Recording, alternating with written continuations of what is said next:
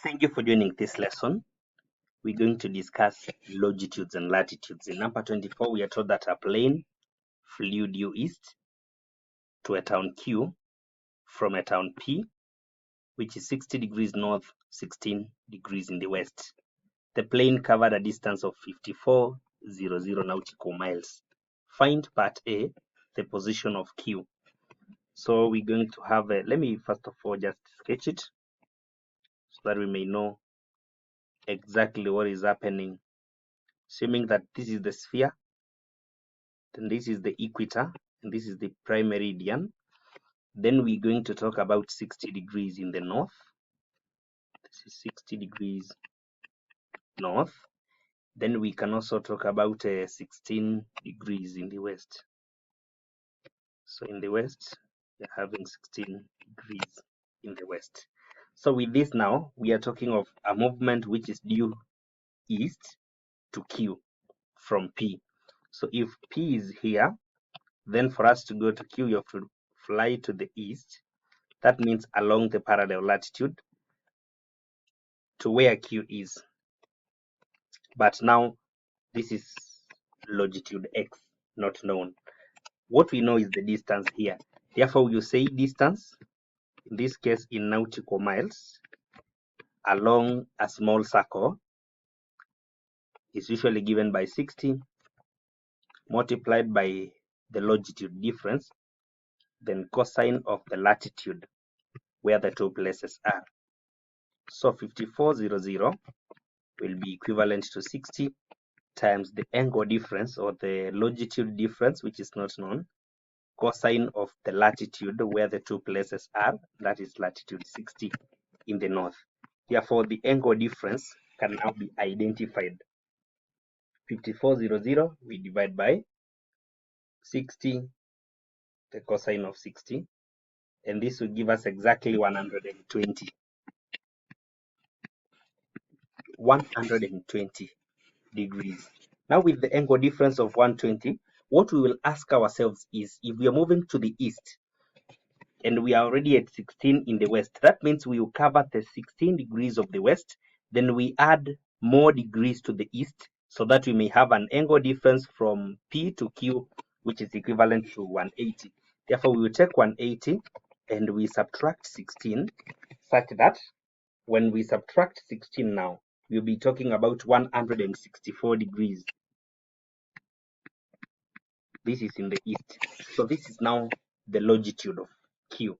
So that the position of Q now can be stated as 60 degrees in the north, 164 degrees in the east. So when we are at 164 in the east and the other place is 16 in the west, now between the two, there'll be an angle difference of 180 and the distance will be 5400 nautical miles. The time at P, when the time at P is 0140 hours.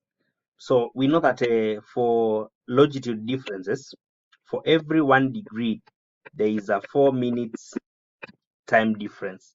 That means for 180 degrees, because between P and Q there is 180 degrees, then we're going to have 180 by 4, because those will be minutes. We can divide by 60 to get the number of hours. So I need 180 multiplied by 4 out of 60, and this will give us exactly 12 hours. So the time difference between P and Q is 12 hours.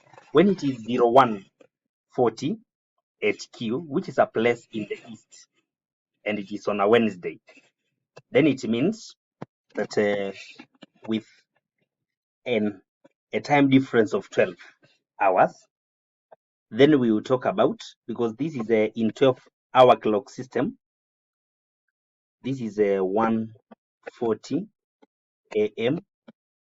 on Wednesday. Now this means, because the other place, which is now P and is in the west, then it is behind in time, and the time at P is going to be, when we subtract 12 hours, then we're going to get 1:40 p.m. But now because it is behind in time, it is the day before. That is Tuesday, the day before. The day before. So that is how we were to get the time.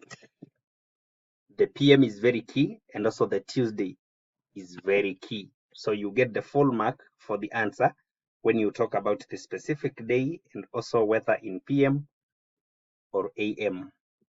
Another plane flew from P to Q through the North Pole at a speed of 667 and a third kilometers per hour. Determine the time taken by the plane.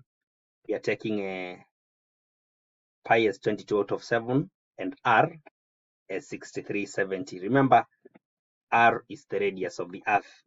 Therefore, now, instead of following the parallel latitude, another plane decided to go up through the North Pole. So that means now, if this is the equator, 0 degrees, then we are having an arc here, assuming this is the North Pole now. Let me sketch the place well. Assuming that this is the latitude of P and Q through here. So the first plane was flying from P to Q through the parallel latitude, which is 60 degrees from equator in the north. It's also 60 degrees. So now this another plane now is deciding from P, it flies through the North Pole, then down to Q. That means through a great circle. And through a great circle now, we have to identify the angle at the center here.